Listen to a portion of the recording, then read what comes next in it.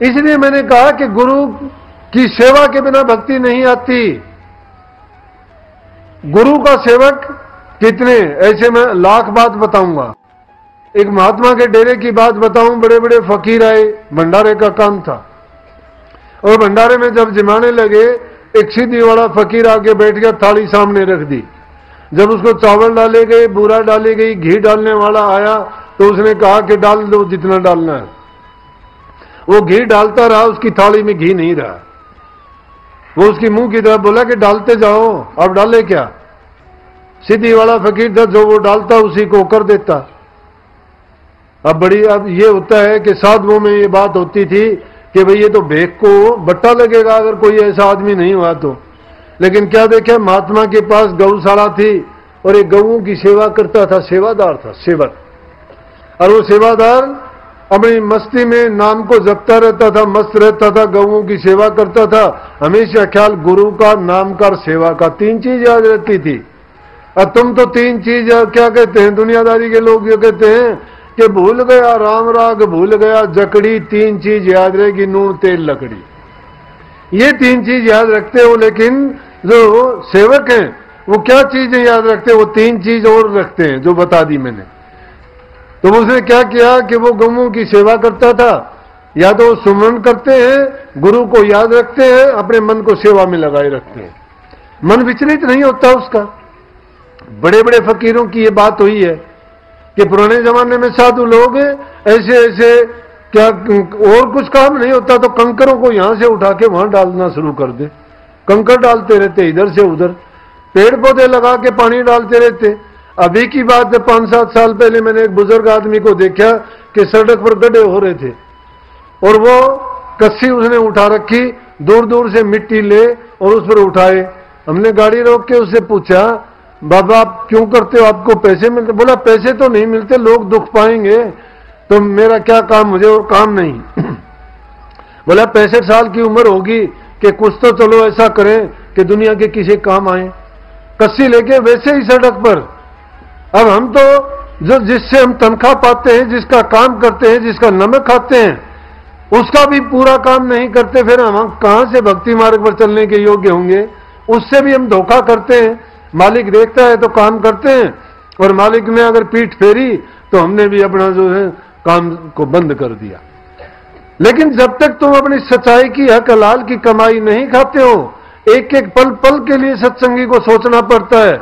शुद्ध अन्न, शुद्ध मन, शुद्ध विचार, अच्छे आदमियों का संग, बुराइयों का त्याग, तप, संयम, साधना, ये सत्संगी के नियम हैं।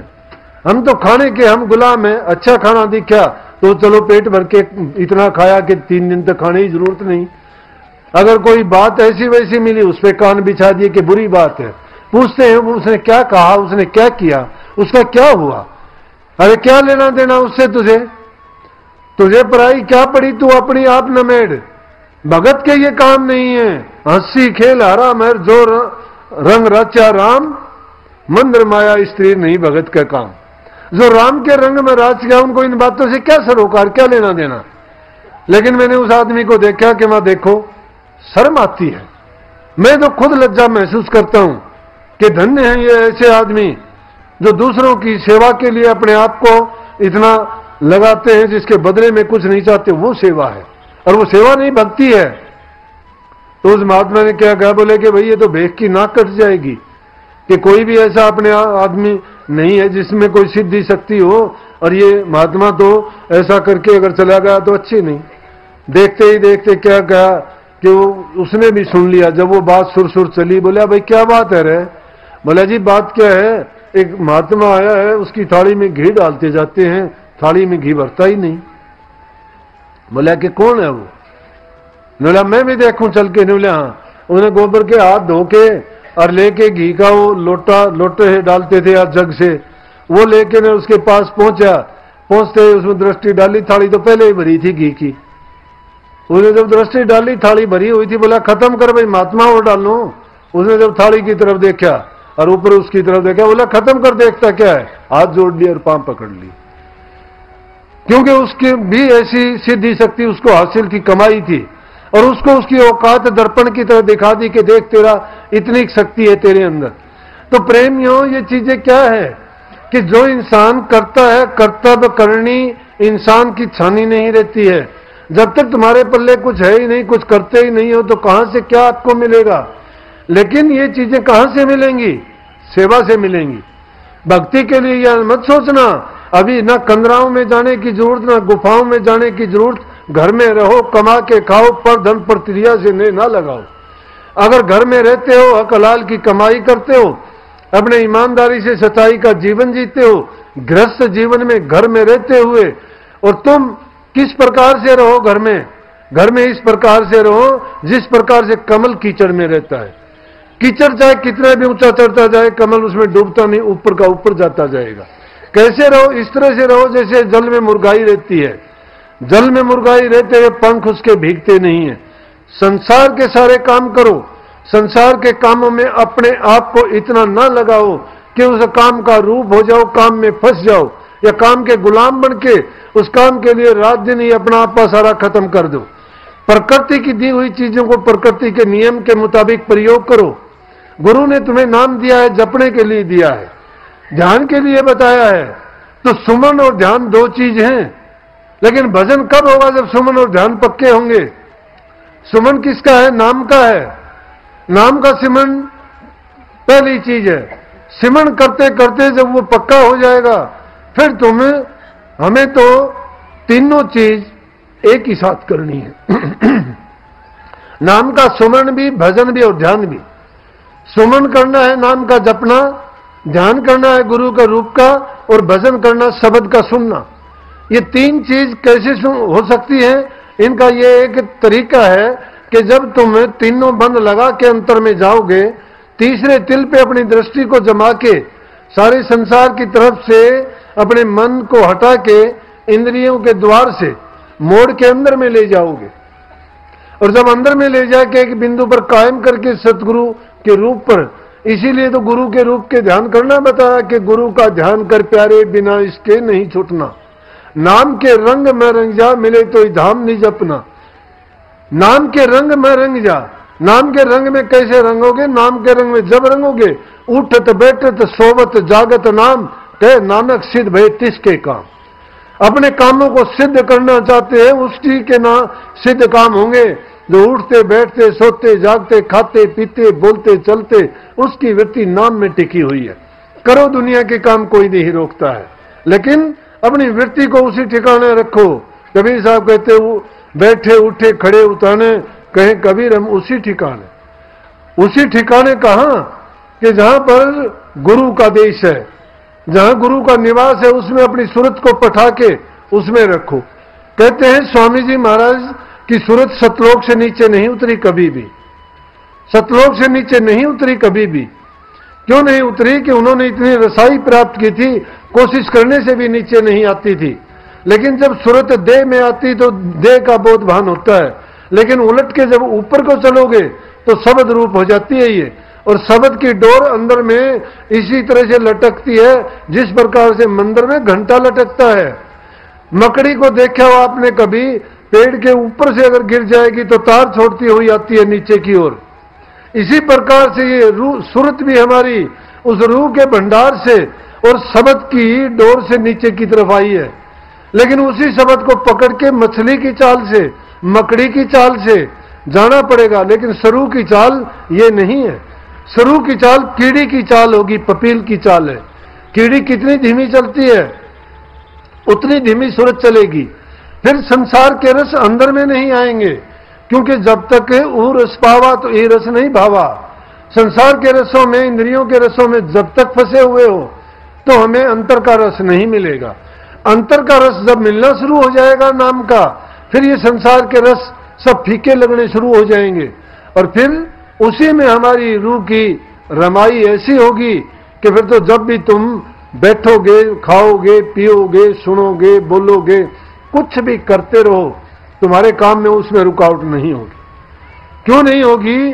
कि जब वो चीज तुमने हासिल कर ली है, उसको प्राप्त कर लिया है, तो चाहे लाख कोशिश करने पर भी रस्सी नहीं देखी कुएं की सिल पर। आजकल तो नहीं है, हमने बचपन में देखी थी कि कुएं से जब पानी खींचते थे सिल रखी होती थी। और पानी खींचने वाला दूर तक जाता था और एक पानी की बाल्टी को पकड़ता था, लेकिन फिर वो रस्सी को जब छोड़ते थे, रस्सी घिसटती हुई जब सिल पर जाती थी, रस्सी तो नरम होती है और पत्थर की सिल बड़ी सख्त, लेकिन उसमें ऐसे निशान डाल देती थी और रस्सी पूरी उसमें चली जाती थी अंदर। इतनी नरम चीज पत्थर को भी काट देती थी। करत करत अभ्यास के जड़मती हो तो सुजान, रसरी आवत जात तो सिल पर पड़त निशान। करत करत अभ्यास के, इसलिए प्रेमियों जरूरी है अभ्यास का करना। सुमन भजन और ध्यान का अभ्यास कैसे करोगे? नित्य प्रति के। अगर कभी भी एक दिन के लिए चूकोगे तो समझो कि महीनों पीछे चले जाओगे। एक पल के लिए भी ना चूको। फर्क कोई नहीं है, ना हिंदू में फर्क, ना मुसलमान में फर्क, ना सिख में फर्क, ना ईसाई में फर्क, सिर्फ बोलने का तरीके का फर्क है। तुम चौकड़ी लगा के बैठ जाते हो, मुसलमान लोग नमाज पढ़ते हुए वो अपने मत्था टेक टेक के सिजदा करते हैं, और उसी को दूसरे तरीकों से लोग कोई प्रार्थनाओं के ढंग से करता है, कोई आंखें बंद करके, कोई खड़े होके, कोई सिर्फ अपनी प्रार्थनाओं से ही ये चाहता है कि खुदा तुम्हारे खोट बख्श देगा। लेकिन इंसान जब सच्चे दिल से तौबा करता है तो कोई मंदिर मस्जिद गुरुद्वारे में जाने की जरूरत नहीं है। घर बैठे बनो फकीर, मनमार सूरत न डांटो। जैसे तरीका बहुत आसान है। जल भरने को चली पनिहारी, सिर पर घड़ा घड़े पर जारी, और हाथ छोड़ बतला में सारी, वह छलकन देना नीर, नीर को नहीं छलकने देती। मनमार सूरत को डांटो, घर बैठे बनो फकीर। मन को मारो और सूरत को डांटो एक ठिकाने पर, घर बैठे फकीर बन सकते हो। लेकिन ये ना करो कि मगना हाथी जल में नहावे और बाहर लेकर के धूल उड़ावे। अरे तुम अच्छे काम करके, हाथी क्या करता है? जल में नहा के आता है, बाहर निकलते ही सूंड में मिट्टी फिर फेंक लेता है शरीर पर। और नुगरे नर को सत्संग ना भावे, उसका गुरु होता ना पीर। नुगरे ना बनो, गुरुमुख बनो। गुरुमुखों का काम है गुरु के वचन को मंत्र मानना, गुरु के कही शिक्षा पर चलना, गुरु की कही मर्यादाओं का पालन करना। गुरु क्या कहता है? गुरु तुम्हारे लिए कहता है तुम्हारा भलाई होगी और उसमें तुम्हारा फायदा है। कोई भी प्रकृति की चीज है उससे छेड़छाड़ ना करो, प्रकृति के खेल में दखल ना दो, क्योंकि ये परमात्मा की मौज नहीं है ऐसी। अनजान नहीं है हम। पशुवत अपनी वृत्ति को ना बनाओ। इंसान बने हो तो इंसानों की तरह व्यवहार करो।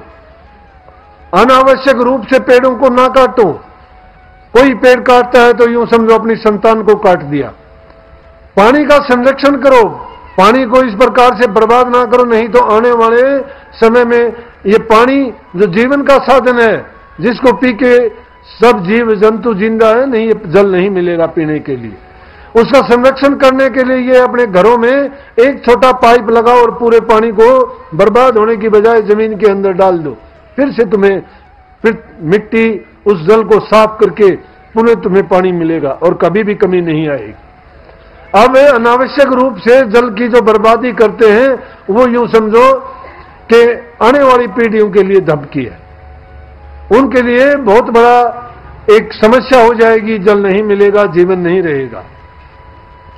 आजकल की भ्रूण हत्या, कन्याओं को देख लेते हैं गर्भ में और फिर इतना बुरा पाप करते, ब्रह्म हत्या का दोष लगता है।